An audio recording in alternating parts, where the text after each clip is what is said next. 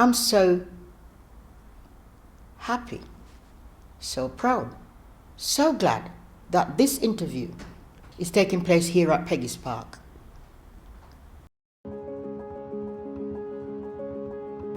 I was born in Jamaica, in the parish of Portland.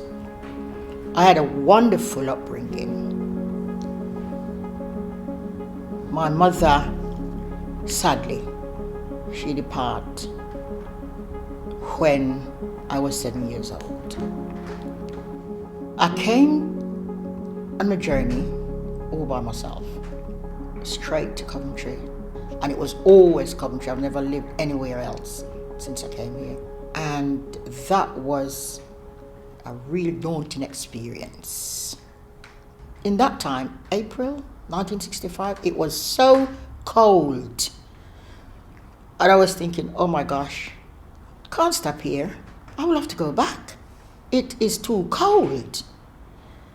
Having seen all that, and now being away from the family that I've lived with since my birth, really, I then starting to miss home. So for a couple of weeks, couple of months, I was homesick.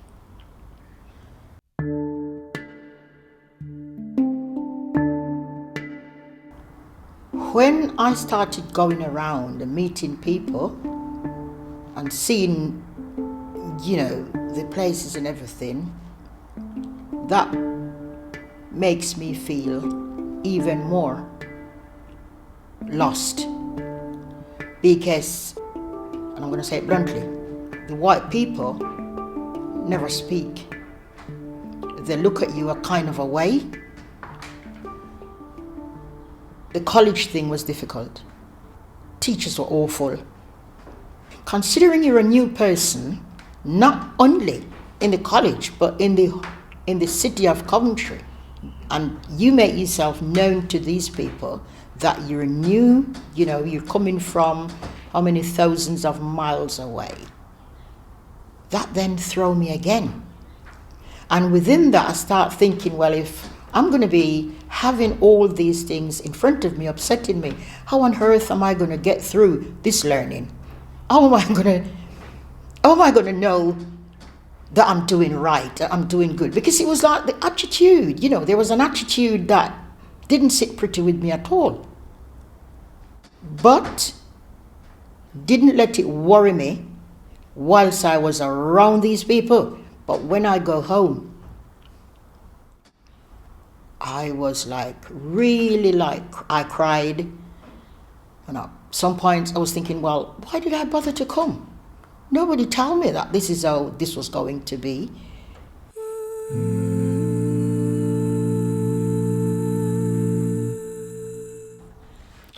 I was 21 when I met my husband. But that's all I'll say, because he was such a person.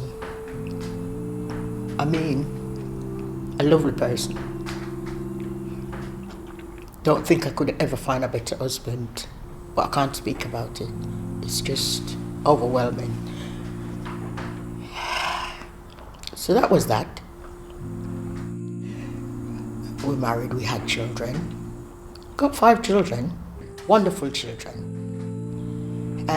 They've given us 14 grandchildren. And I think now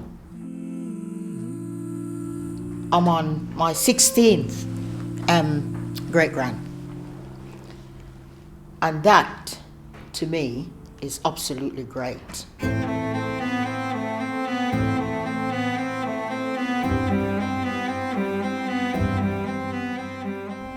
Did nursing for a number of years.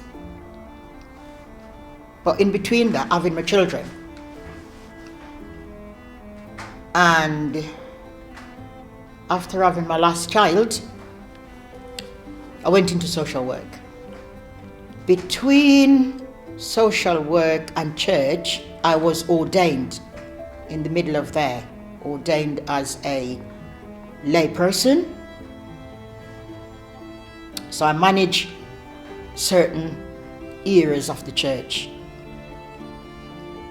This Peggy's Park building, community and church center, means a lot to me. It's part of my life.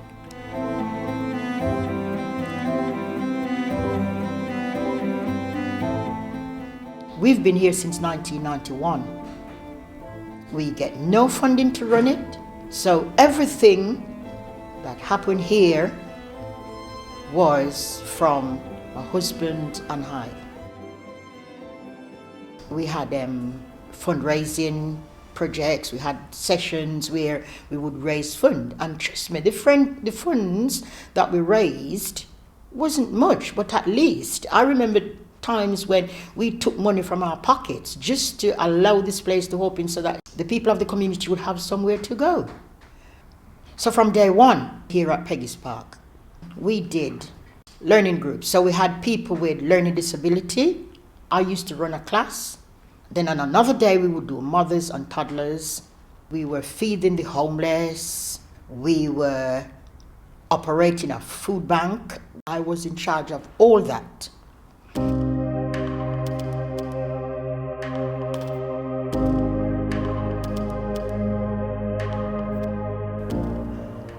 When I first came to the UK, a white person would look at your food and they would say, "What's that? What is that you're eating?" Oh, and the face would go with it. Oh, that must be horrible, you know? And those things, you know what? Those things would really annoy me. So now we're in our church. Oh wow, the food that I cook. Potatoes, most time it's potatoes, and pasta, and rice. But it's the meat is always cooked in a Caribbean style, and they love it that way, like how I would do my meal at home.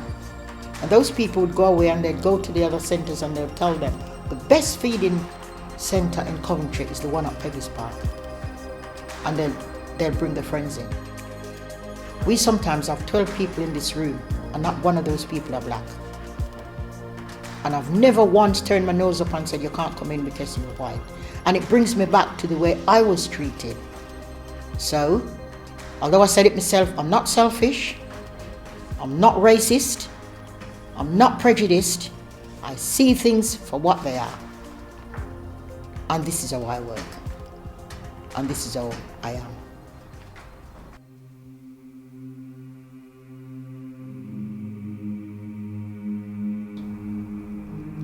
My religion, my Christianity, my faith in God helped me to mold this new generation. It helps me to be a strong woman, and I am proud of being a black person. So when I've gone on, I would like to know that this community centre is still serving the city. And I have to say this, being the age that I am, being the person that I am, even with, although a lot of people said to me, "You don't look as though you've got a disability," and don't keep saying it, but it is there, you know, and I'm not going to muzzle it because I've got disability. My eyes are not good. I struggle. But I do not let that keep me away from. So my legacy is to see this when I'm gone on, that it prolongs to help somebody else or help the community.